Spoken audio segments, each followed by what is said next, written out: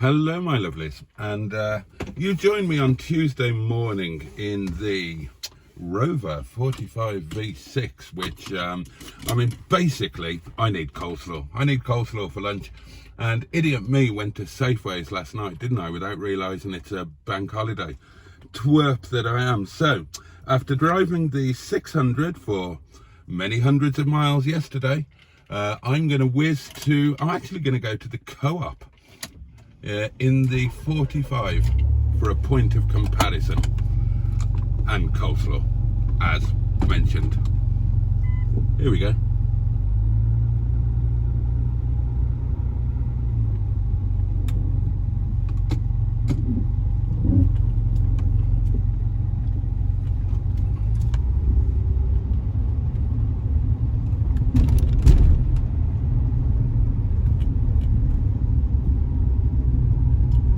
There is the 600 in question.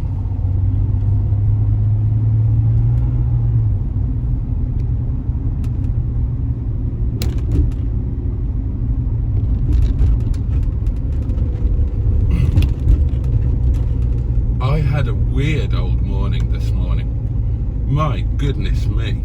In the, well, what I call the early hours, some of you will have been at work. All sorts of weird things happened to me. I was on a train somewhere around Matlock, going through some thank you very much, going through some weird tunnels, and I was wearing an overcoat and it was really hot, and then I was followed around by small children who were really annoying, and then I was back at Portway, not knowing what I was doing there and knowing I was supposed to be doing work, and it was all really discombobulating, and of course I was dreaming, but there were the kind of dreams that when I woke up I was still thinking, oh shit, I don't know how I'm supposed to be dealing with this. I was obviously overtired or whatever, and my fevered mind was going a bit doolally. And it was kind of a genuine relief when I woke up and realised I didn't actually have to worry about any of that. But then when I did get up, the next problem, change up, thank you. The next problem was that, as you know, I had no butter. Any of you who watched the live stream last night will know that there was a debate. I had some baked beans, a small amount of baked beans, but I had no butter for my breakfast single slice of lavishly buttered toast, and there was a debate about whether you should have butter if you have put some beans on the toast and whatnot, and I had a mad idea. I might not have butter, but I had olive oil, so I made a fried slice and put the baked beans on that, and that was breakfast. So there.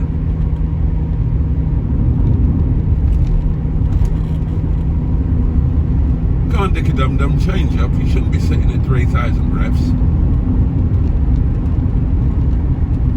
Ah, there we are.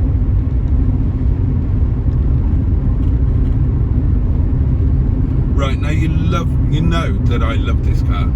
You know that I glory in the fact that it's a bit of a white elephant. You know I love the rarity. I love the immediate history of the car, that it was obviously Joseph Lloyd Vehicle Consulting's channel car, but I've got to say, what a downgrade to jump into this after being in the 623 yesterday.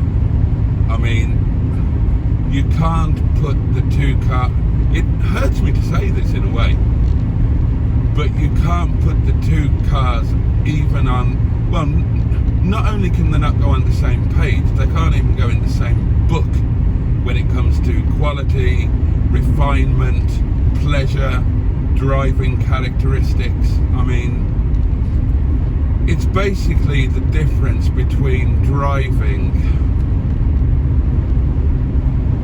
it's the difference between, oh, let me think about this.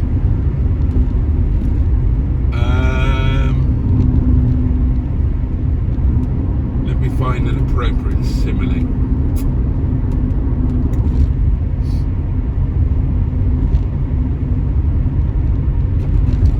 It's the difference between driving a Citroen Picasso and a Lexus RX.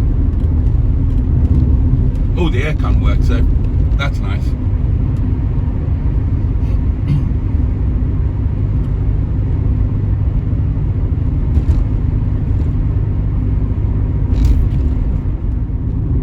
One thing I will say for Dum, the steering is a lot better than the 623. The steering is a lot better than the vast majority of cars, actually. If you accept, and I do mean EXC rather than ACC, if you accept the really intense tramlining it tries to do. And I was watching one of Ian's old videos on his 45 V6, and he identified the same issue, the extreme tramlining. So yeah, not just this one and not just me, but yeah, the steering is definitely better, and the gramophone is a million times better. God, I love this gramophone. I love this car. I mean, I was asked in the live stream last night which I preferred, which was my favourite, Dum or Windsor Davis, and that's a heart and head thing, because the head would always say Windsor Davis, but my heart says Dum, and the gramophone is one of the silly reasons for that. I'm just massively emotionally invested in this car, but that doesn't blind me to knowing just how fantastic Windsor Davis is, and it is a 623 GSI. I said it yesterday, it's peak Rover. What a joy to be in a car that's just got a wave of torque that you're not having to rev the nuts off it. What a joy not to have the roof lining falling on your head, and the door linings falling off, and the feel of cheap plastics and whatnot. Yeah, proper Rover. But as I also said in the live stream, the answer, like with the difference between the MGF and the MGTF, the answer is to have both. And let me assure you, if Windsor Davis was silver, then I would be busy swapping the fleet around and finding a way to keep it, because it's stunning. But no, Windsor Davis will go to Mustard, and then we'll go to somebody else. And a bit like Fanny Freestyle, I'm jealous of whoever ends up with Windsor Davis. Lovely boy, lovely boy.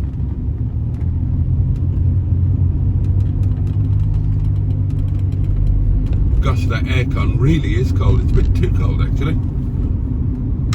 Let's nudge that off. Don't need it today, it's a bit nippy. Here's the co-op. Like so many co-ops, it used to be a perfectly nice village pub. Went bump, turned into a co-op.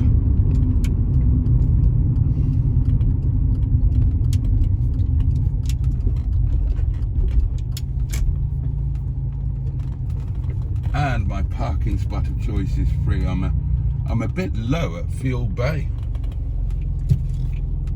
Gauge isn't the most reliable thing on earth, but yeah, could do some go-go juice. Okay, back in a minute. Well, I'm back, and had to get a £1.15, not too bad, but it's a larger pot than I would prefer.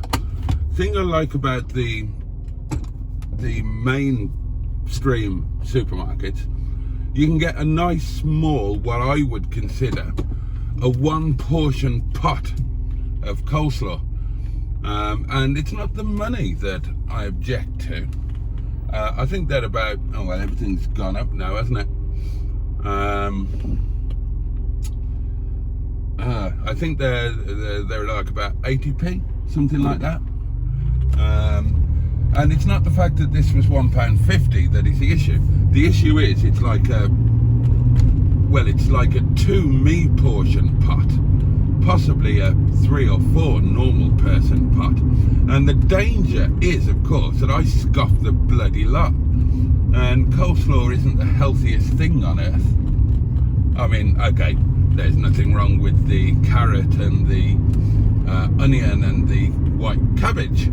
It's the mayonnaise that's not so healthy. Talking about things going up, I got a frightening letter from the postie just now, actually, not long before I came out, and my heart sank. It was quite a thick letter, and my heart sank when I saw that it was from the letting agency, and I thought, oh God, here we go, notice to quit, and I'm not ready.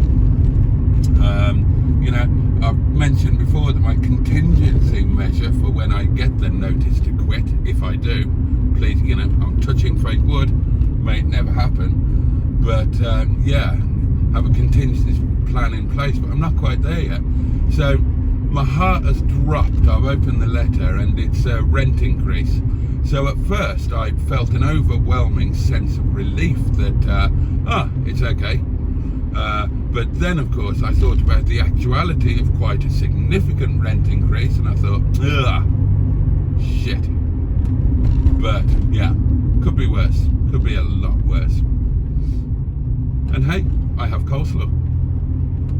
Happy days. It's just occurred to me that I probably haven't had a proper go in Dick a Dum Dum where he would arguably be at his best.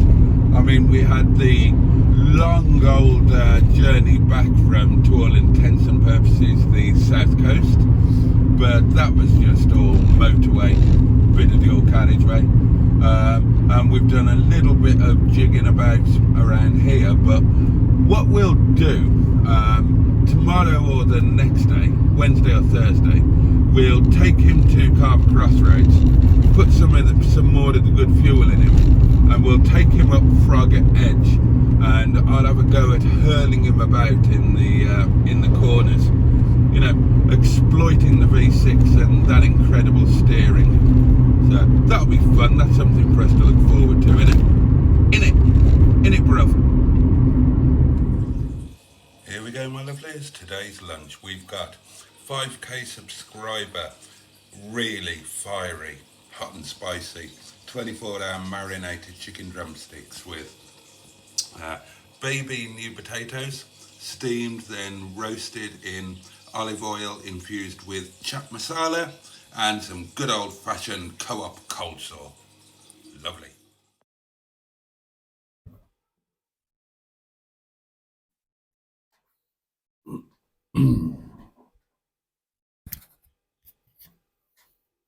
Hello darlings, the live stream has finished.